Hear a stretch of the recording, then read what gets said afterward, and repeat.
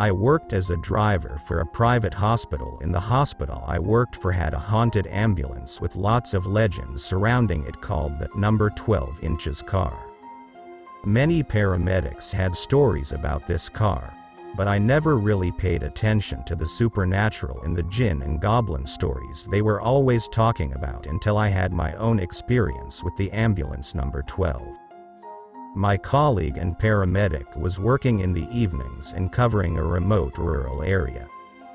It was 3 o'clock in the morning, very dark and quiet all around us, and we were all asleep.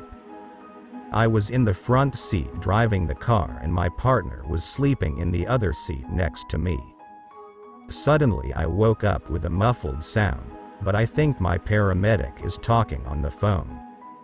I told him I was trying to sleep and he needed to end his call quickly, and I closed my eyes to fall asleep. Suddenly, I distinctly heard a man's voice saying, "Oh my God, am I going to die? I can't meet myself, my soul leaves my body." And we heard the voice of someone who was breathing heavily. My colleague and I woke up from my sleep, because it was neither his voice nor mine, and there was no one else in the ambulance.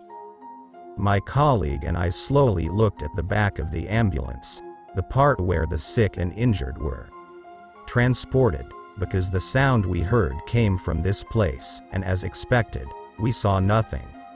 My friend and I checked the back of the car and found no one there. We closed the back door through which we enter the patients and decided to return to our seats in the front of the car. But after a few seconds we heard the pressure sound on the oxygen cylinder and the emission sound as the gas was escaping from the cylinder. I quickly turned on all the lights in the car and my phone light too, and we got out of the car quickly. I thought someone was passing by and got in the car, but when did that person get in? My colleague and I searched the car for less than a minute, but decided to open the back doors again and search the car to make sure there was an oxygen gas leak, because it is dangerous, and as expected, we found no one. I checked the oxygen cylinders and found that none of them had been opened. We couldn't sleep again tonight. In the morning I was sitting in a cafe and I told a friend of mine what had happened to me.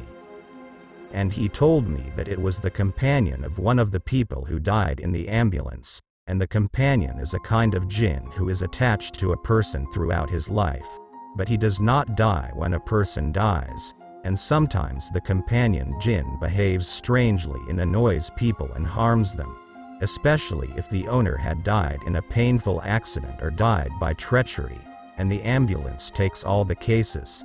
So this is the closest explanation of what happened to me last night.